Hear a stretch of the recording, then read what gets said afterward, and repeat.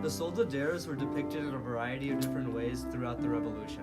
The contrast of soldaderas can be seen in film, specifically when comparing Maria and Adelita. Maria portrays soldaderas in a rather negative and aggressive light, whereas Adelita shows soldaderas being beautiful women.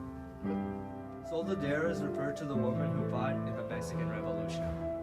The time period of the soldaderas showed the different role that women started to have in comparison to the typical role they had. In many artworks we saw, women were supporting all the men that were going to the workforce and taking more of a passive role in the war. When soldaderas came into the mix, there was nobody to support them during the war. In 1916, Pancho Villa imprisoned soldaderas when somebody fired a shot.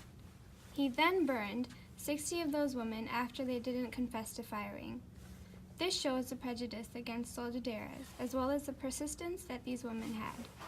This part of the Mexican Revolution was really important because finally women were given a dominant role during wartime. When soldaderas were first introduced, they were allowed not only to just support men, but also lead the way in fighting. And this is really important because this paved the way to what is now today, like women are given more like leading roles and they're able to have more of a contribution to what's happening.